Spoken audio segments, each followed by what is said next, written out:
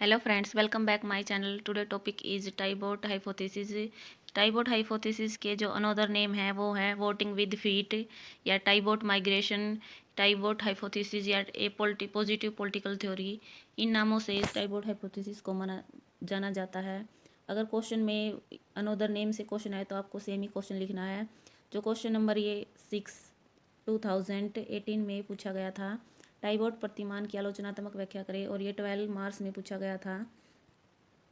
इसमें हम पढ़ेंगे कि टाइबोट ने एक जो मॉडल दिया था वो वोटिंग विद फीट.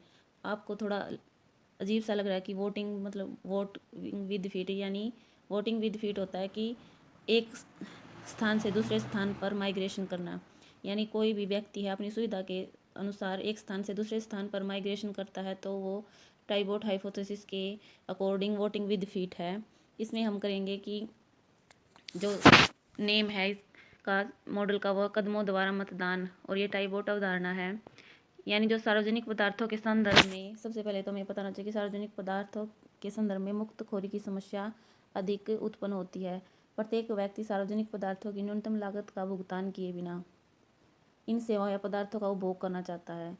यानी कोई भी व्यक्ति हो, वो अगर उस सार्वजनिक पदार्थों का उपभोग करना चाहता है तो वो उसका कोई भी भुगतान नहीं करना चाहता. अगर करना भी चाहता है तो न के बराबर उसका भुगतान करता है.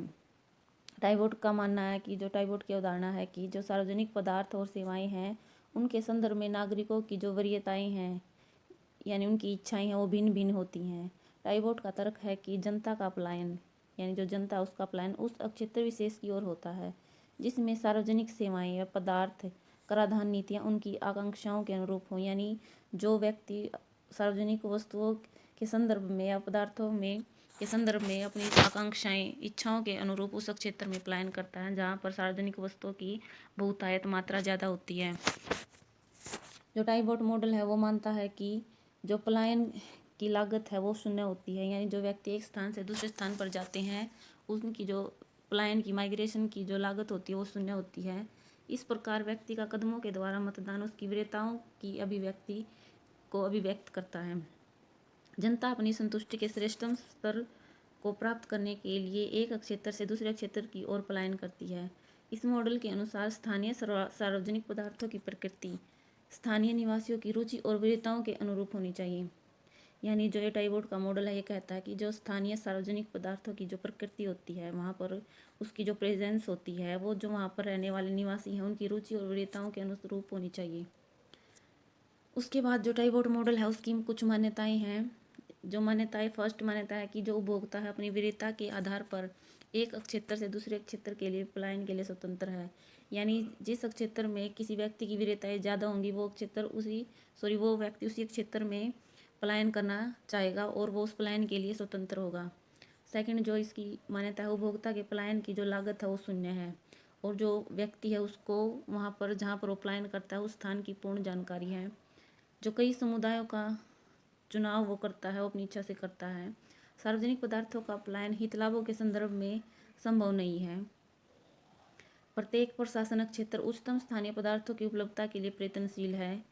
यानी जो प्रत्येक प्रशासनिक क्षेत्र उच्चतम कोई भी वहाँ पर प्रशासन है जहाँ पर सार्वजनिक पदार्थों की बहुतायत है वो स्थानीय पदार्थों की उपलब्धता के लिए प्रयत्नशील रहता है. प्रव्रजन के लाभों की तुलना में रोजगार तलाश और परिवहन की लागतें बहुत कम है.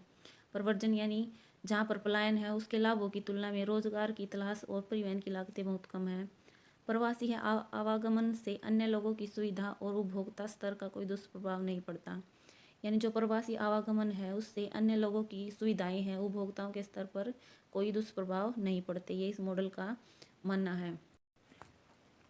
टाइबोट अर्थशास्त्री हैं वो जो स्वीकार करते हैं कि जो प्रस्तुत मान्यताएं हैं उनके द्वारा या उनके अंतर्गत सार्वजनिक पदार्थों के प्रावधान की जो श्रेष्ठतम स्थिति को प्राप्त किया जा सकता है. इस समाज की सीमांत लागत शून्य है और कराधान जो नीतियां हैं जनसाधारण के अनुकूल हैं. टाइबोट जो कार्यविधि के द्वारा इसमें बताया गया है कि जो कल्याण है उसको अधिकतम संतुष्टि प्राप्ति की स्तर के लिए जो 3 अवधारणाएं हैं उनसे गुजरना पड़ता है. जो फर्स्ट अवधारणा है वो है जो एक व्यक्ति जो एक्स है उसकी मार्जिनल बेनिफिट एक्स व्यक्ति की और जो मार्जिनल बेनिफिट वाई व्यक्ति है वो इक्वल होना चाहिए. ये एक संतुलन की फर्स्ट जो शर्त है। जो सेकंड शर्त है कि जो मार्जिनल बेनिफिट है एक्स व्यक्ति का, उसमें से मार्जिनल कॉस्ट जो सीमांत लागत है एक्स व्यक्ति की माइनस कर दी जाए, और जो सेकंड व्यक्ति है मार्जिनल बेनिफिट वाई में से अगर उसकी लागत एम सी वाई को निकाल दिया जाए तो उस जो वो बिंदु निकलेगा वो संतुलन की जो सेकंड शर्त है। और जो तीसरी शर्त है इसकी वो है कि संतुलन स्तर की प्राप्ति के लिए जो स्थानीय लोक व्यय संबंधी कराधान पद्धति का भी प्रयोग किया जा सकता है। निर्बाध जो प्रवचन है, बिना बाधा के आना जाना है दोनों क्षेत्रों में तब तक होगा जब तक कर भार दोनों क्षेत्रों में समान न हो जाए। यानी जो टी एक्स एक व्यक्ति एक्स का टैक्स है और टी वाई जो व्यक्ति है उसका टैक्स है, अगर यानी वो दोनों का टैक्स मार्जिनल बेनिफिट एक्स जो व्यक्ति है उसमें से अगर उस व्यक्ति का टैक्स माइनस कर दिया जाए और मार्जिनल बेनिफिट वाई व्यक्ति है उसमें से उसका टी वाई जो टैक्स माइनस कर दिया जाए तो दोनों क्षेत्रों में कर का भार दोनों क्षेत्रों में समान हो जाएगा। इसको हम एक रेखा चित्र की सहायता से भी कराधान की व्यवस्था है उसकी जो प्रभावशीलता है उसका अध्ययन कर सकते हैं। यहाँ पर जो एक रेखा चित्र है इस पर हमने जो ओ एक्स अक्ष है इस पर हमने क्वांटिटी को लिया है और ओ वाई जो अक्ष है उस पर हमने प्राइस को लिया है। जहाँ पर सप्लाई एंड डिमांड एक दूसरे को काटते हैं वहाँ पर मार्केट इक्विलिब्रियम है। ये हमने पहले भी पढ़ा है और मैं भी आपको यहाँ पर समझा रही हूँ कि जहाँ पर प्राइस और क्वांटिटी जहाँ पर सप्लाई एंड डिमांड एक दूसरे को काटते हैं वो इक्विलिब्रियम मार्केट इक्विलिब्रियम है। यहाँ पर अगर हम टैक्स की मात्रा को बढ़ाते हैं, जो प्रस्तुत रेखा चित्र है इसमें जो डी मांग वक्र संतुलन स्तर को प्रदर्शित करता है और कराधान व्यवस्था के अंतर्गत जो कीमत है P1 जो P है P पॉइंट है यहाँ से P2 हो जाएगी अगर हम कर लगाते हैं, और वस्तु की मात्रा Q से O से O2 हो जाएगी और कर भार के अंतर्गत मांग वक्र का चलन D से D3 और D3 हो जाएगा, यानी दाईं ओर सरक जाएगा। इसके विपरीत जो कर भार अगर हम कम कर देते हैं तो हमारी जो कीमत है वो P से P1 हो जाएगी और हमारी जो क्वांटिटी है मात्रा है वो भी इधर कम हो जाएगी, Q से Q1 हो जाएगी। यानी जो मांग वक्र है वो बाईं ओर खिसक जाएगा, D से D1 हो जाएगा, D1 हो जाएगा यानी बाईं ओर खिसक जाएगा। संक्षेप में हम कह सकते हैं कि जो मांग वक्रों में चलन है तब तक होता रहेगा, तब तक गतिशील करता रहेगा जब तक कराधान व्यवस्था के अंतर्गत संतुलन स्तर प्राप्त नहीं हो जाता। यानी जो दोनों पार्टी हैं ए एंड बी एक्स और वाई, जो मैंने भी बताया कि उन दोनों का मार्जिनल बेनिफिट में से हम टैक्स को माइनस कर देंगे और जब सभी जो पार्टी हैं उन दोनों में जो कर का भार समान हो जाएगा तब तक मांग वक्र का चलन होता रहेगा।